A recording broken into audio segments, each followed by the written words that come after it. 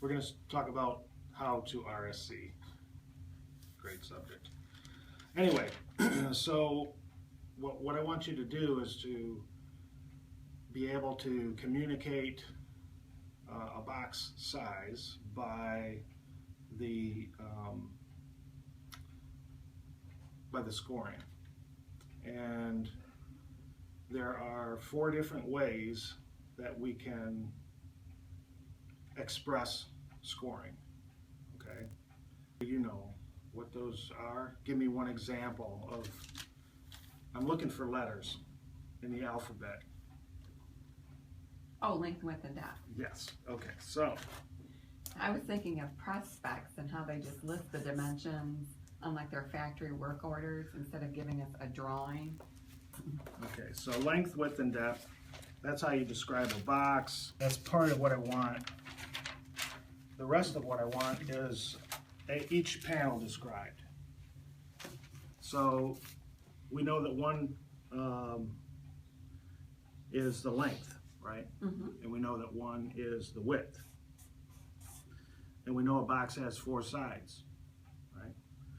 So when you describe a box, you're going to describe it as length, width, okay? So length, width. Now what's missing from this? The glue tab. The tab, right? So we have to have a glue tab. So a glue tab is this portion here that attaches to the other side and makes this a box. And this particular box you're looking at, when you are writing the scoring down or the sequence down, you're going to associate or build the tab into this line of copy here. So on this particular box, the tab is over here. So let's call that T. So we have tab, length, width. Okay? Now associated to this, you will have some numbers. So let's say 8,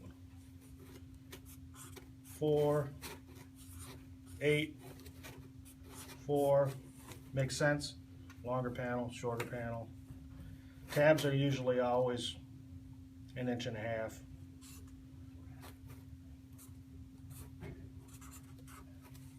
Okay? So that's how scoring would read. Now the main thing is that this is always going left to right.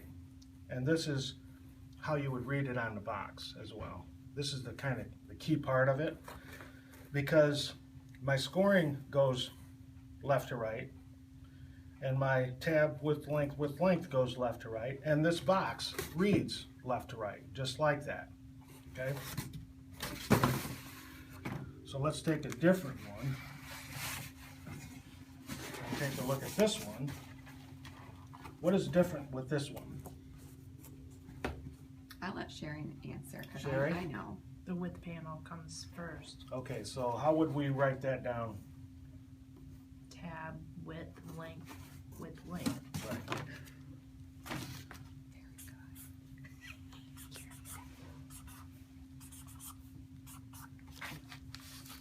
Okay.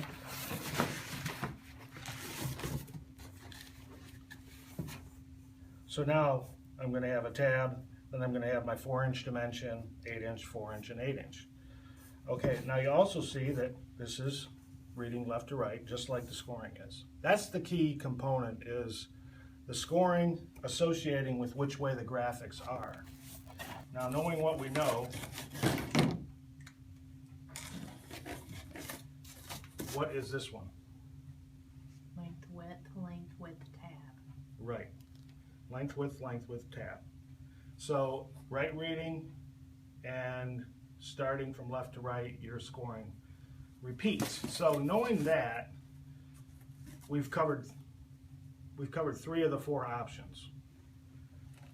And there's one more option, which would be Width, length, tab. width, length, tab. So there's only 4 options that are going to be, and these are all always looking at the outside of the box. And this is what the art department needs in order to take a described listing of the scoring and put the graphics on the box.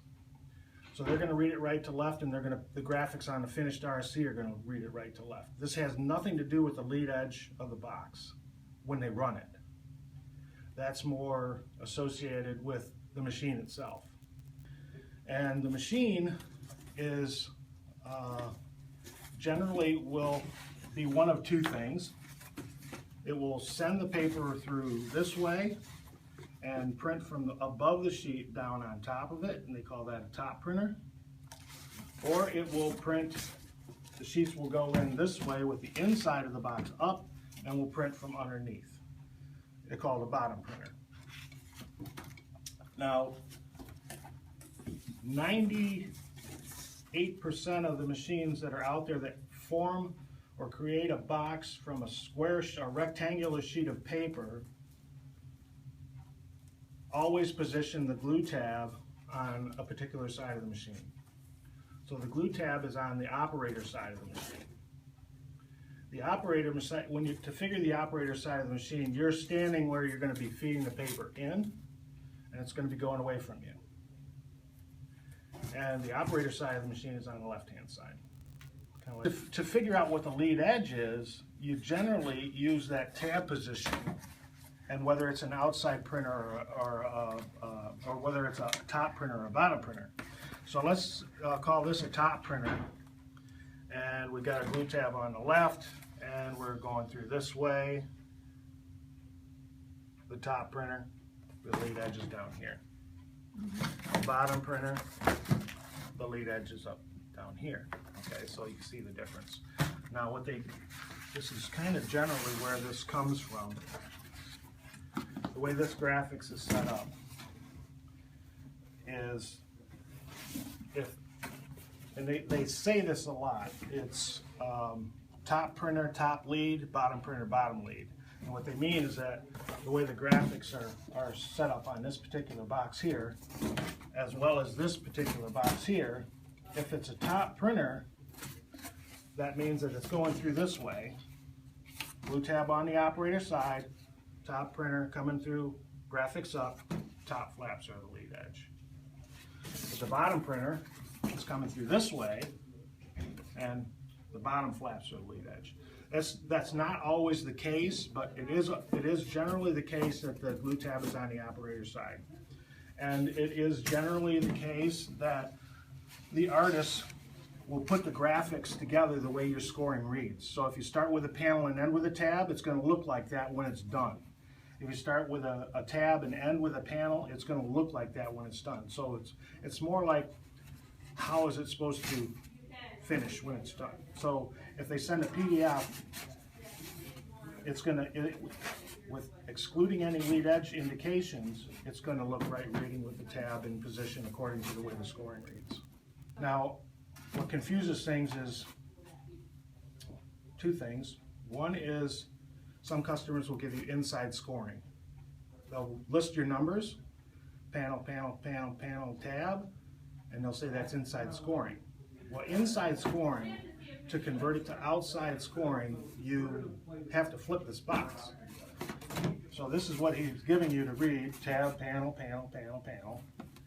And what the rule is, when you flip the scoring from inside to outside, you always flip this way. Like then you page. go like a page, never this way. Now the other thing that confuses it is some customers will want their print card, regardless of where the lead edge of the graphics reads, they may want their print card over here. Glue tab on the operator's side. Glue tab on the operator's It's easier for side. the operator to set it The up. operator's always looking at it. I start with a tab over here on this side of the machine, and I work my way across the scoring this way. So sometimes those customers that ask for that will have the printing upside down. Does that make sense? Okay, so that's basically the rules of the RSC. So, I always get confused. I shouldn't say confused, but if I see a drawing that's an RSC, it's an inside view, and I get art that looks just the same sequence. Oh, It's like they built it on the inside view. right. Then you always have to ask the question, was it built to the wrong view, or are they going to run it upside down? So basically they're not flipping left to right, they're flipping like top to bottom, right? I guess you'd have to ask, Okay. because Well, that's what I've done if in they the give it past. to me, I would follow the scoring, and I would build it the way I just explained it to you, but they've come back before and say, why didn't you build it according to what the box was? Because what happens is box companies trade business all the time. So what they get is they get a box. And just because a box company runs it this way on their bottom printer doesn't mean that B company, who has a top printer, is going to run it the same way or use the same panel sequence. The panel sequence has a lot to do with the box comes to them, to the company that's going to be filling the box. It comes to them all glued like this. And most of all of them go through some kind of equipment that will set the box up for filling. And that's really where it makes a difference, is if it needs to pull from the length panel, or it needs to pull from the width panel, on how this sequence to the glue lap is all figured out. But we're not concerned about that. They have to tell us that, because there's no way we could know, because there's every different company like Heinz or Motorola or whatever, they all have their own packing and assembly equipment to open the boxes and put the stuff in. So we can't predict it. So if you run into something that doesn't agree with the scoring, reads like an inside view, and they're telling you it's an outside view, or the box and the scoring don't agree the way the graphics are laid out, yeah, you have to ask.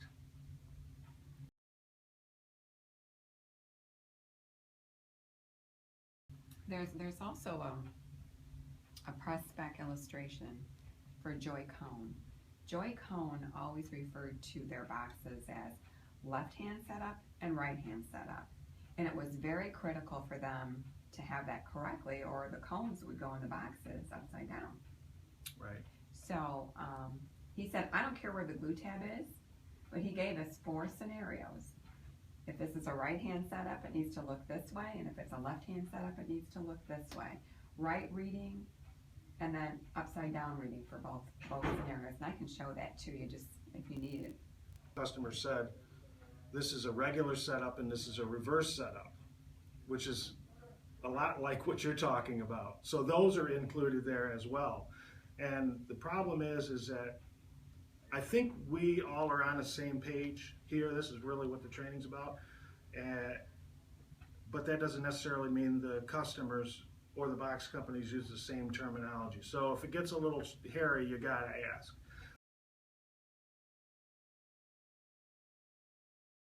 It reads.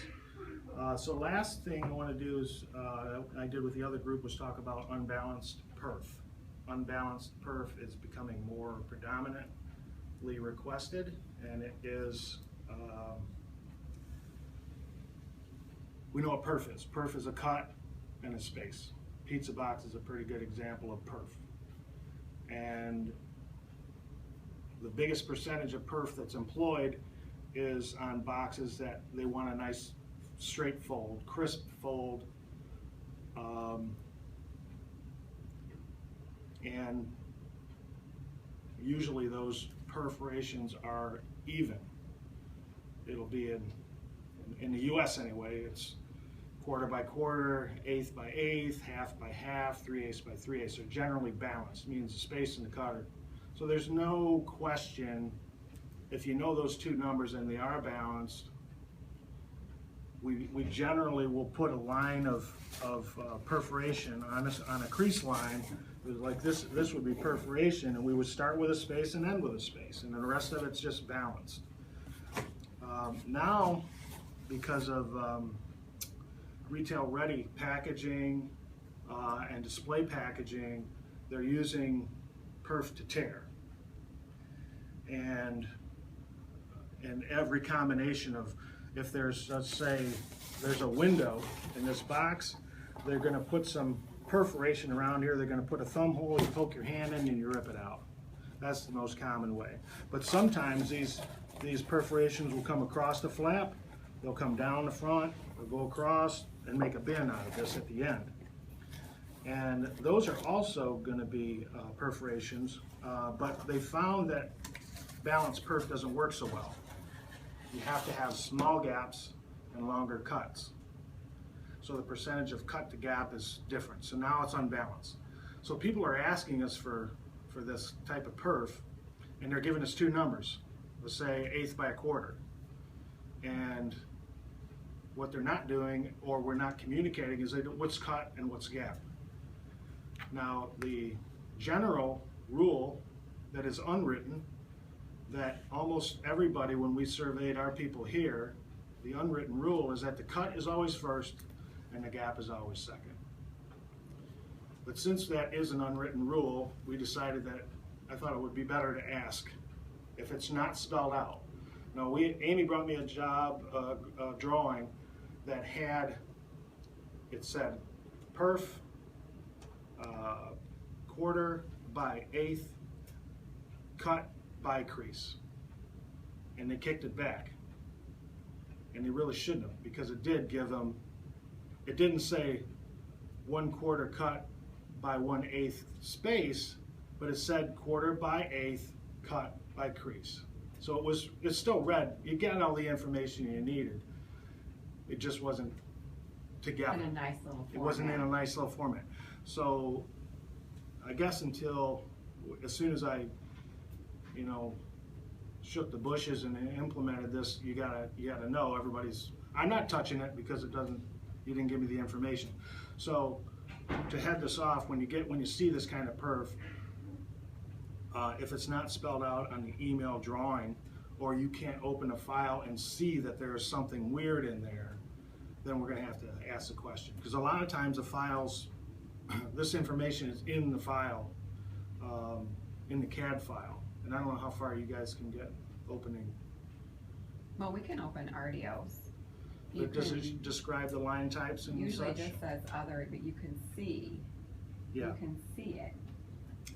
It would, I guess if you get to a question, you gotta ask the question. I bet Debbie and Roger are better with that because they just deal with, those kinds of files, probably. And customers do the same things routinely. So if it's Rock-10 and New Lenox, they probably have their little family of perfs that they use for everything. And then once you know what they are, then you get it. The last thing is that it can be, we talked about the cut first and the gap second, but sometimes they use the gap as a crease space. It's not often, but it happens. And of course, if that's not specified, if they just say it's cut crease, then, and it's not defined, it's never going to be defined, and the customer probably doesn't know what it should be either, they just know they want it to be a crease. We will default to, unless they specify, we'll default to a crease that's adequate, that's good for that particular paper and condition. So you don't have to know the crease size. That's floor height, okay. Right. Now that could be balanced. It could be cut creases balanced, like 1/2 by 1/2 with a crease space.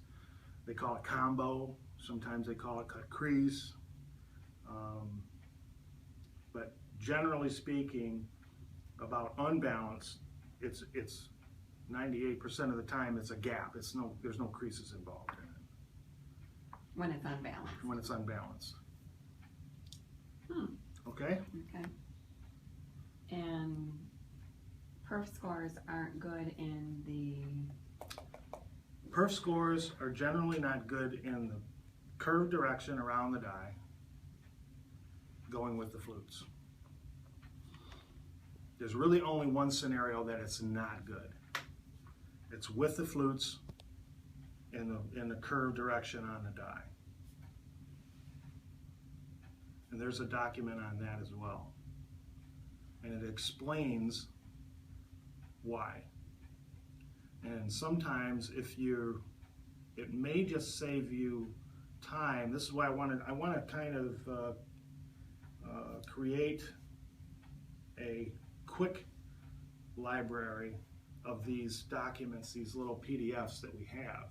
So, and if by having them in one central location and being familiar with them, if you run into this, sometimes it's easier just to grab the PDF and say, let me show you, and attach it to an email and send it to them, as opposed to trying to have this dialogue about why it doesn't work.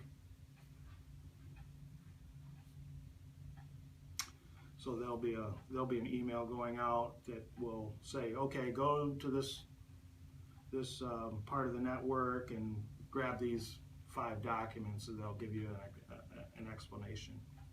That way you don't have to have a file at your desk that has all these different things. Okay? Okay. That's it.